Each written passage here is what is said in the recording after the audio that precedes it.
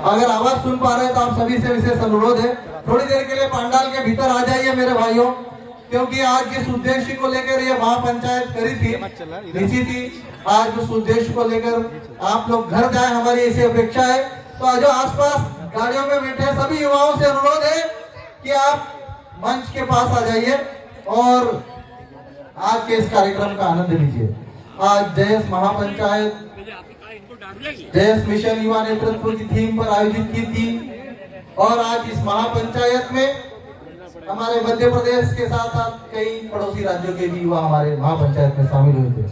हमारी महापंचायत में हमारे सामाजिक संगठनों के हमारे प्रेरणा स्रोत कई प्रेरणा स्रोत शामिल हुए, जिसमें हमारे आदिवासी एकता परिषद के मध्य प्रदेश के प्रमुख गजानन ब्राह्मणे जी हमारे बीच उपस्थित, राजेश भाई कन्नौजी जी, शिव भानु मंडलोई जी और हमारे जयस की जो अलग अलग जिलों की जो टीम आई है, मैं हमारे प्रदेश अध्यक्ष अंतिम मुझालदे के साथ में जो समस्त जिला जयस के अध्यक्ष हैं और हमारे कई संगठन के जो लोग मौजूद हैं, आप सभी को मैं तहे दिल से बहुत बहुत धन्यवाद देता हूं। और आज के इस कार्यक्रम में हमने सभी सामाजिक संगठन, सभी राजनीतिक दल के भी हमारे बीच पदाधिकारी गण, कार्यकर्तागण उपस्थित हुए और इस महापंचायत को सफल बनाने में सहयोग किया है। आप सभी का तहे दिल से मैं सबका तहे दिल से धन्यवाद देना चाहता हूँ। साथियों, हमने जयस मिशन युवा नेतृत्व थीम पर रखी और आज इस महापंचायत में प्रदेश के कई जिलों से हमारे युवा एक उम्मीद की किरण लेकर आए हैं। आज आप देख लीजिए कि युवा नेतृत्व की जरूरत क्यों है आदिवासी समाज। आज मैं सबसे पहले इस युवा नेतृत्व को बोलने से पहले हमारे बिरसा मुंडा, टंट्या भील, वीर गुंडाधुर, रानी दुर्गावती, शंकर शाह, रघुनाथ शाह, राणा पुंजा भील और समस्त क्रांतिकारी आदिवासी योद्धाओं को, जिसमें बाबा साहब अम्बेडकर, जयपाल सिंह मुंडा और समस्त हमारे पूर्वों को नमन करते हुए मैं आप सभी युवाओं और पूरे प्रदेश और देशवासियों से कहना चाहता हूं कि युवा नेतृत्व की जरूरत आदिवासियों को क्यों है। आज देश में मध्य प्रदेश, छत्तीसगढ़, झारखंड, उड़ीसा जैसे आदिवासी बहुल्य राज्यों में प्रतिदिन आदिवासी संगठन आंदोलन करते नजर आ रहे हैं और इन आंदोलनों से पिछले 70 साल में आदिवासियों को क्या हासिल हुआ है, आप अपने आप से सवाल पूछिए। आज ये आंदोलनों की जरूरत क्यों पड़ रही, इस पे मंथन करिए, क्योंकि आज भी देश में आदिवासियों का नेतृत्व जो होना चाहिए, बिरसा मुंडा जैसे आदिवासी योद्धाओं ने जल जंगल जमीन पर आदिवासियों को कब्जा दिलवाया और अंग्रेजों से लड़ाई लड़ी और जंगें जीती, ऐसे आदिवासी युवा नेतृत्वकर्ताओं की जरूरत है। लेकिन दूर दूर तक मुझे न तो मध्य प्रदेश में न पूरे देश में आदिवासी नेता नजर आते हैं जो जिस पर प्रदेश का समाज और देश का आदिवासी समाज भरोसा कर सके।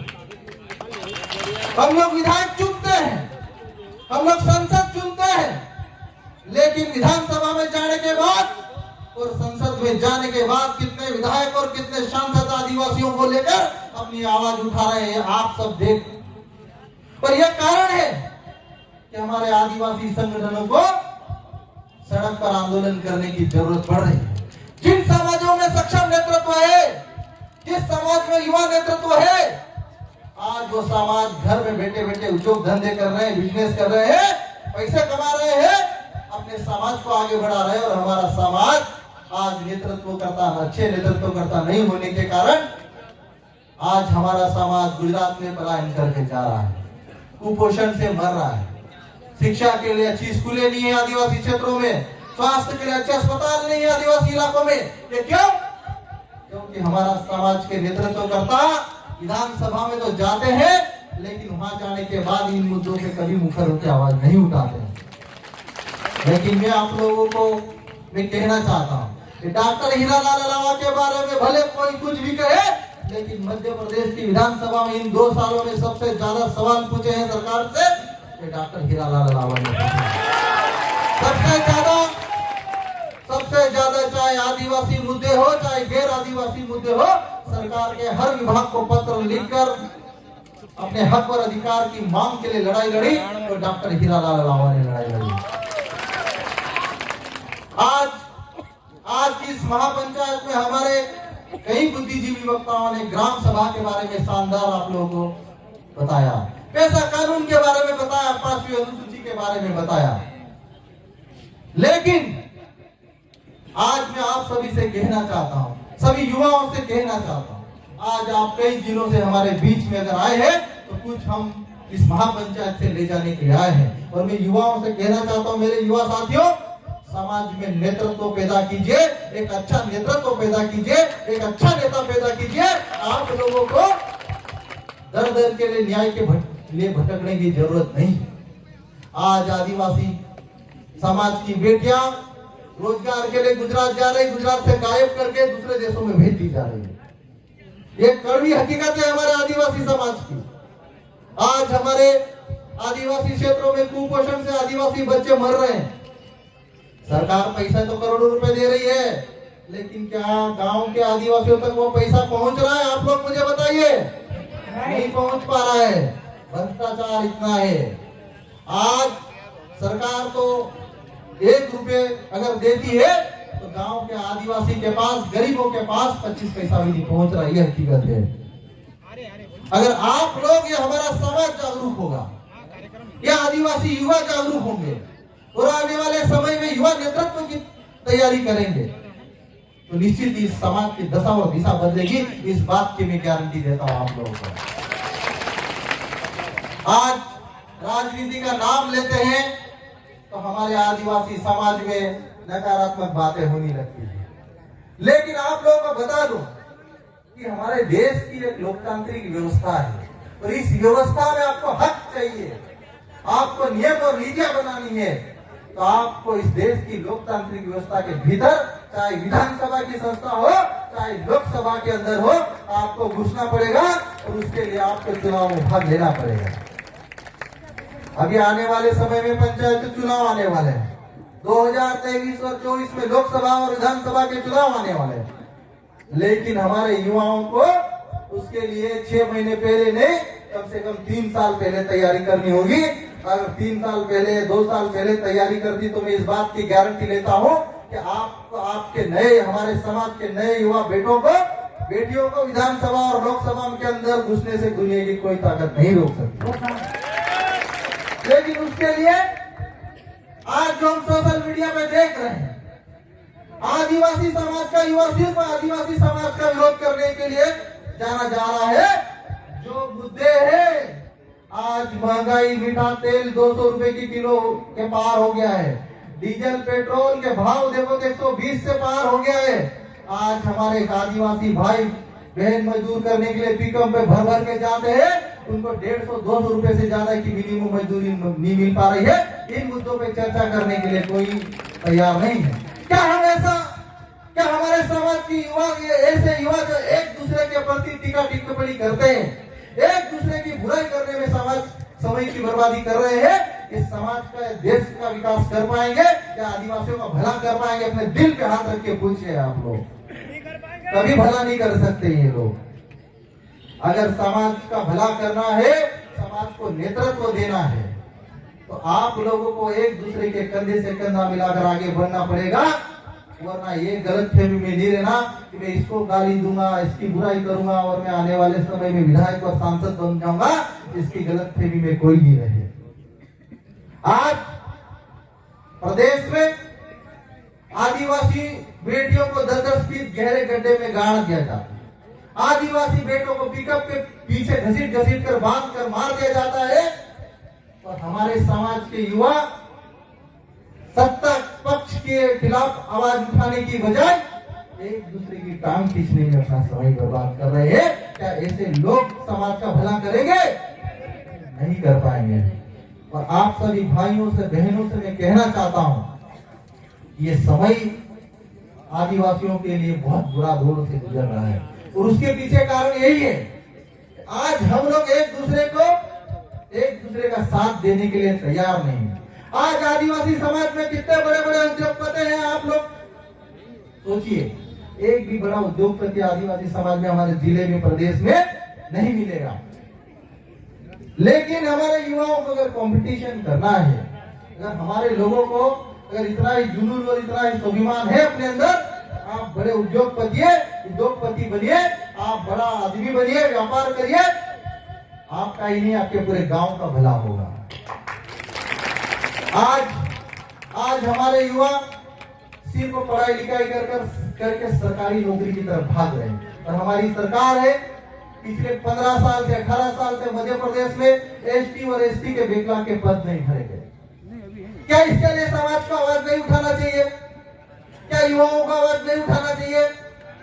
आज हमारे गरीब मजदूर माँ बाप, किसान के बेटे कितनी मुश्किल से इंदौर में 5,000 10,000 का किराया कमरा लेके पढ़ाई कर रहे हैं, और उनकी उम्र अभी जो नौकरी लगने की 45 साल से ऊपर होने वाली है, लेकिन सरकार ने 18 साल से जब नौकरी के अवसर पैदा नहीं करेगी तो हमारे समाज का, हमारे भाइयों का और हमारे युवाओं का भला कैसा होगा? हमको इस पे सोच चिंतन मंथन करने की जरूरत है।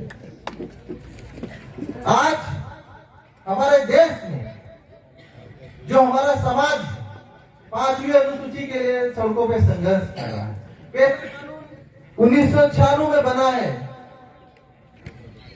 पेशा कानून 1996 में बना है, पर जब जोरबट चुनाव आया तो मध्य प्रदेश के मुख्यमंत्री शिवराज सिंह चौहान जी पेशा कानून की बात करने लगे। लेकिन ये 18 साल तक कभी मामा ने कभी पेशा कानून की बात नहीं करी। ये हमारे आदिवासी भाइयों को समझने की जरूरत है, और ये जानने की जरूरत है कि युवा नेतृत्व की जरूरत क्यों है।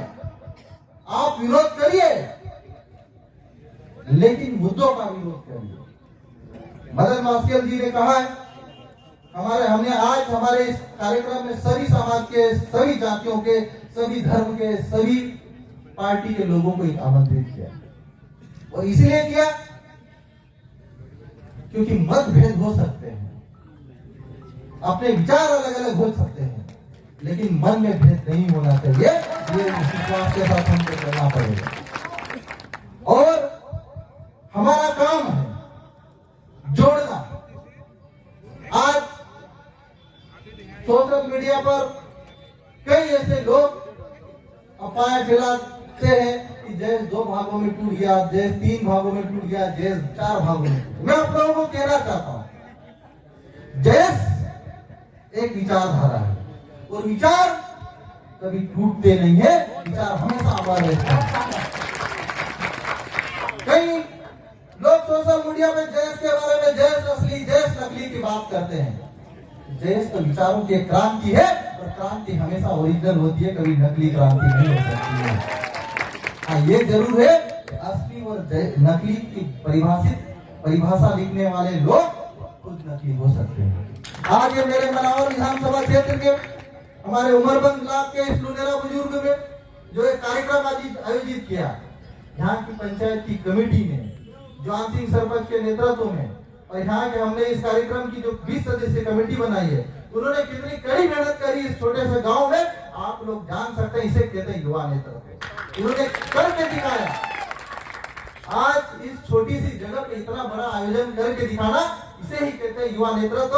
और मैं आप सभी से यही अपेक्षा करता हूँ कि जब आप लोग के पास सोच बड़ी होगी, विजन होगा, दूरदृष्टिता होगी, तो आने वाले समय में 2023 में विधानसभा के अवसर हो, चाहे 2024 में लोकसभा के अवसर हो, आप लोग भोपाल और दिल्ली पहुंचेंगे, ये मैं आप लोगों से कहना चाहता हूं। लेकिन उसके लिए हमारे पास अनुशासन भी होना पड़ेगा। हमको अनुशासित रहकर भारत के संविधान में बाबा साहब अम्बेडकर ने जो हमको अधिकार दिए हैं, जयपाल सिंह मुंडा जैसे आदिवासी नेतृत्वकर्ताओं ने हमको जो संविधान में अधिकार दिलाए, हक दिलाए, उन हक और अधिकार को लेना है, हमको अनुशासन में रहना पड़ेगा। हमको समाज में शांति बनाए रखने के लिए, भाईचारे और मोहब्बत बनाए रखने के लिए काम करने की दिशा में काम करना पड़ेगा। हमारे शिवभानु मंडोई जी ने कहा है कि भारतीय जनता पार्टी और आरएसएस से जुड़े कई संगठन देश के बारे में धर्मांतरण का आरोप लगाते रहते हैं। मैं मध्य प्रदेश के मुख्यमंत्री शिवराज सिंह चौहान को इस मंच से ऐलान करता हूँ, मामा, देश के आपकी सरकार है और आप मुख्यमंत्री हैं, देश के किसी भी युवाओं का धर्मांतरण में आज तक के रिकॉर्ड में एक का भी नाम आया हो तो मुझे बता दीजिए। किसी का नाम नहीं है। शिवराज सिंह मामा ने देश के ऊपर आरोप लगाया कि इस संगठन को तो विदेश से पैसा मिलते हैं। मामा, शिवराज मामा, मैं आपसे कहना चाहता हूं, ये जितने भी युवा हमारे मंच में जैस के कार्यक्रम में आते हैं, अपना पैसा खर्च करके आते हैं, अपनी मजदूरी का, अपने खून पसीने की कमाई खर्च करके जैस के कार्यक्रमों में आते हैं। तो किसी की मार के लाल की हिम्मत नहीं कि इनको कोई बेकार सके, इनको कोई रोक सके। आज ये जैस की आवाज, जैसे कि शुरुआती वक्ताओं ने कहा है कि ये जैस की आवाज भोपाल से लेके दिल्ली तक जा रही है मेरे भाइयों। और ये आदिवासी प्रदेश के आदिवासियों की आवाज नहीं बना है संगठन, ये सिर्फ आदिवासियों का ही नहीं, ये प्रदेश के गरीब, मजदूर, किसान, सभी वर्गों के गरीबों की आवाज बना है। और आज इस संगठन के ऊपर प्रदेश की नहीं, देश की एक एक इंटेलिजेंस की एजेंसियां हमको बात करती है। और हम चाहते हैं कि इंटेलिजेंस एजेंसियां केंद्र सरकार और राज्य सरकार को बताए कि आदिवासी क्षेत्रों की हकीकत क्या है।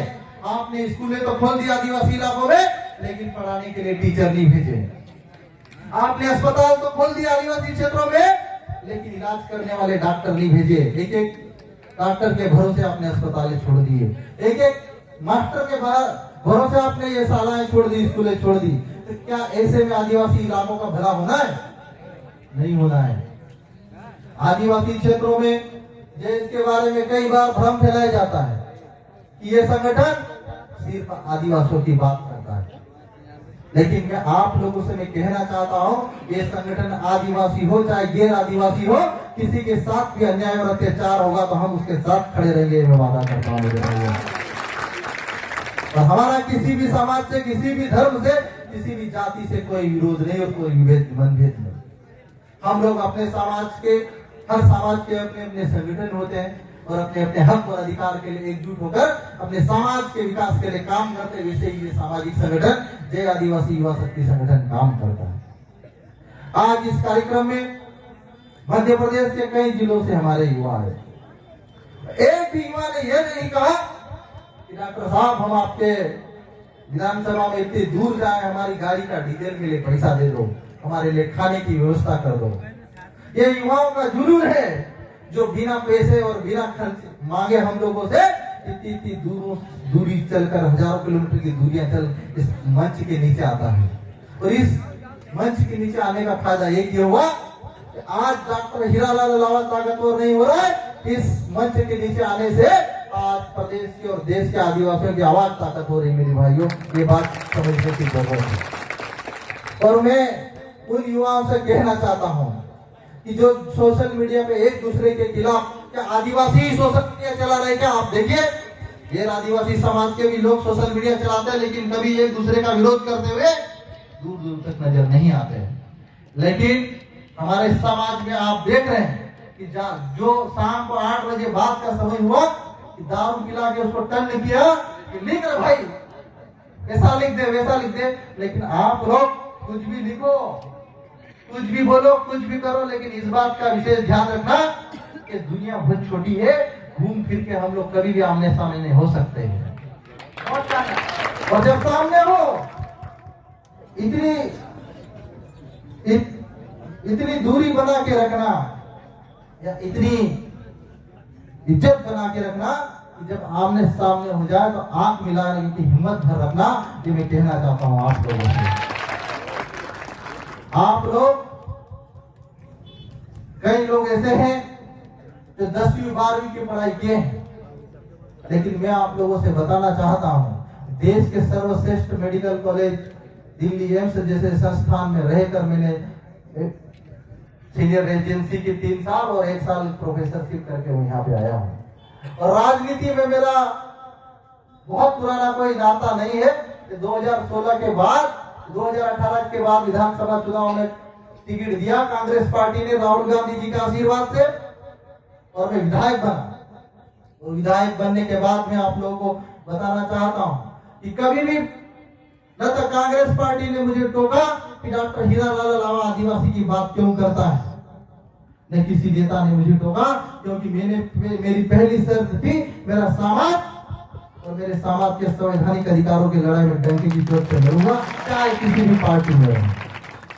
मेरे साथियों, पार्टियां, सभी आदिवासी भाई अलग अलग पार्टी में हो सकते हैं, और मैं प्रदेश के सभी आदिवासी नेताओं से मैं कहना चाहता हूं, जो विधानसभा में बैठे और संसद में बैठे आदिवासी नेताओं से कहना चाहता हूँ कि आप किसी भी राजनीतिक दल से विधायक हो सकते हो, किसी भी राजनीतिक दल से सांसद हो सकते हो, लेकिन जिस समाज ने आपको जिस उम्मीद के साथ भेजा है सदन के भीतर, उस समाज की आवाज उठाना आपका फर्ज बनता है।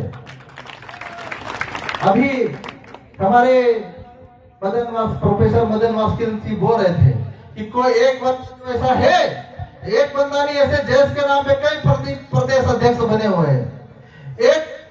एक प्रदेश अध्यक्ष रंजना बघेल के झंडे उठाता है, एक प्रदेश अध्यक्ष आरएसएस के झंडे उठाता है और कहते हैं कि हम समाज सेवा करने निकले हैं। भाई, समाज सेवा करो तो खुल के करो। डॉक्टर हीरालाल राव अगर विधायक बना तो खुल के कांग्रेस का विधायक बना, किसी को गुमराह नहीं किया। संगठन के नाम पे किसी को गुमराह नहीं किया, ये बताना चाहता हूं। आज जिस प्रकार इस मंच में, इस महापंचायत में हमारी संस्कृति को लेकर हमारे योद्धाओं ने, हमारे सामाजिक बुद्धिजीवियों ने बात करी कि हमारी रूढ़ी, हमारी परंपराएं, वही हम आदिवासियों की पहचान है। कल हमने पूर्व संध्या पर बड़वे खेलने का कार्यक्रम रखा था और हमारे आदिवासी समाज की जो बड़वे भोपे वाली परंपरा है आज धीरे धीरे विलुप्त होती जा रही है। मैं इतना बड़ा हो गया, लेकिन मैं खुद पहली बार ये बड़ों की परंपरा देखा। उनके जो गाने थे, उनकी जो भाषा थी, उनकी जो बोली थी, मुझे तो नहीं लगता हमारी नई पीढ़ी के युवाओं को किसी को समझ में आई होगी। किसी को आ रही थी क्या? नहीं, लेकिन आदिवासियों की भाषा, आदिवासियों की बोली, आदिवासियों की रूढ़ियों को संरक्षित करने की जिम्मेदारी आप सभी युवाओं के कंधों के ऊपर है। अगर आप लोग इनको नहीं बचाएंगे तो आने वाले समय में ये भाषा और रूढ़ी खत्म हुई, उस दिन आप खत्म हो जाओगे। इस बात की मैं आपको गारंटी दे रहा हूँ मेरे भाइयों। आज हम पढ़ने लिखने के बाद भले जींस पैंट पहनने लग गए, कोष्टी और धोती छोड़ के भले हम जींस पैंट पे आ गए हैं, लेकिन हमको अपनी औकात नहीं भूलना चाहिए मेरे भाइयों। जिस दिन आप अपनी संस्कृति, अपनी परंपरा भूल जाओगे, जिस दिन अपनी ये भाषा और बोली भूल जाओगे, कोर्ट में साबित नहीं कर पाओगे कि तुम आदिवासी हो। आदिवासी होने के लिए तुमको ये सब चीज जरूरी है। तुम्हारी भाषा बोली तुमको आना चाहिए। तो जज ने बोल दिया कि आदिवासी भाषा में 2 सेंटेंस बोल के दिखा, तो साबित नहीं कर पाओगे कि तुम आदिवासी हो। ये गारंटी के साथ तो बोल रहा हूं। ये बात कमिटी बनी हुई सुप्रीम कोर्ट के निर्देश पे, आदिवासी जिस दिन अपनी भाषा को भूल जाएगा, अपनी संस्कृति को भूल जाएगा, अपनी बोलियों को भूल जाएगा, ये कैसे साबित कैसे होगा? अभी हमारे समाज के कई बड़े बड़े अधिकारी इंदौर और भोपाल में जाके बंगले 2-3 मंजिल के बना के बैठे, उनके बच्चे बड़ी बड़ी इंटरनेशनल स्कूल में पढ़ रहे हैं, तो उनको बोल दो कि तेरे को दो शब्द आदिवासी में बोल के दिखा, तो वो नहीं दिखा पाएंगे। अभी पिछले 2-3 साल पहले व्यापम कांड हुआ था, सबको पता है व्यापम कांड हुआ था। तो अब हमारे धार जिले की मैं बात बता रहा हूँ। कोई बघेल सरनेम लिखता है, कोई वर्मा लिखता है, कोई ठाकुर लिखता है। अब वो बघेल रीवा में भी राजपूत ठाकुर होते हैं, तो रीवा में भी उधर कोई राजपूत वर्मा जी लिखते हैं, तो उधर के लोगों को शक माने ये साले आदिवासी नहीं हो सकते, राजपूत लोग हैं, तो उन्होंने कोर्ट में केस लगा दिया उनके ऊपर। तो उस केस से अभी तक बरी नहीं हो पाए वो लोग, आदिवासी है कि नहीं आदिवासी। ये संस्कृति, अपनी परंपरा, अपने रीति रिवाज और अपनी बोलियां, इसको संरक्षित करने की जिम्मेदारी इन युवाओं के कंधों पे है। और हमको वही नेतृत्व चाहिए जो हमारे आदिवासियों को बचा के रखे। जल जंगल जमीन की लड़ाई भले बिरसा मुंडा ने शुरू करी थी, भले कट्टा भील ने शुरू करी थी, भले काशिया नायक और भीमा नायक ने शुरू करी थी, भले राणा कुंजा भील ने शुरू करी थी, लेकिन इस लड़ाई को खत्म करने की जिम्मेदारी नई पीढ़ी की, नई जनरेशन के आदिवासी युवाओं के कंधों पे है मेरे भाइयों। इसीलिए जैस महापंचायत की जरूरत है हमें। फेसबुक पे रोने से राज नहीं मिलेगा, फेसबुक पे गाने से राज नहीं मिलेगा। बिरसा मुंडा की तरह संघर्ष करना पड़ेगा, कंटा भील की तरह लड़ाई लड़ना पड़ेगा, तब जाके आदिवासी राज आएगा मेरे भाइयों। फेसबुक पे चीखने चिल्लाने से हमको आदिवासी का राज नहीं आने वाला, आदिवासी सरकार नहीं बनने वाली है। उसके लिए हमको रणनीति बनकर जमीन के मैदान में मोर्चा संभालना पड़ेगा। हमारे आदिवासी भाइयों के सुख दुख में, दर्द में समझना पड़ेगा। मुझे पता है मध्य प्रदेश में जब हमारी सरकार थी, 15 महीने की सरकार थी, तो मैं आप लोगों को बताना चाहता हूं कि कमलनाथ जी से मेरे हर आदिवासी मुद्दों पर कमलनाथ जी से बहस करी, चर्चा करी और आदिवासियों को हक और अधिकार दिलाने की बात करी। आदिवासी दिवस में 9 अगस्त में जो छुट्टी घोषित कराई थी वो डॉक्टर हीरालाल लावा के कहने में मध्य प्रदेश की बात नहीं। 9 अगस्त में जो मध्य प्रदेश सरकार से हमने 25-25 हजार एक लाख रुपए एक विकास खंड में दिलाए थे, तो डॉक्टर हीरालाल लावा के कहने पे दिलाए थे। और मैं आप लोगों से ये भी भरोसा देना चाहता हूं, क्या है कि सरकार बनाने के लिए 116 विधायक चाहिए। कितने?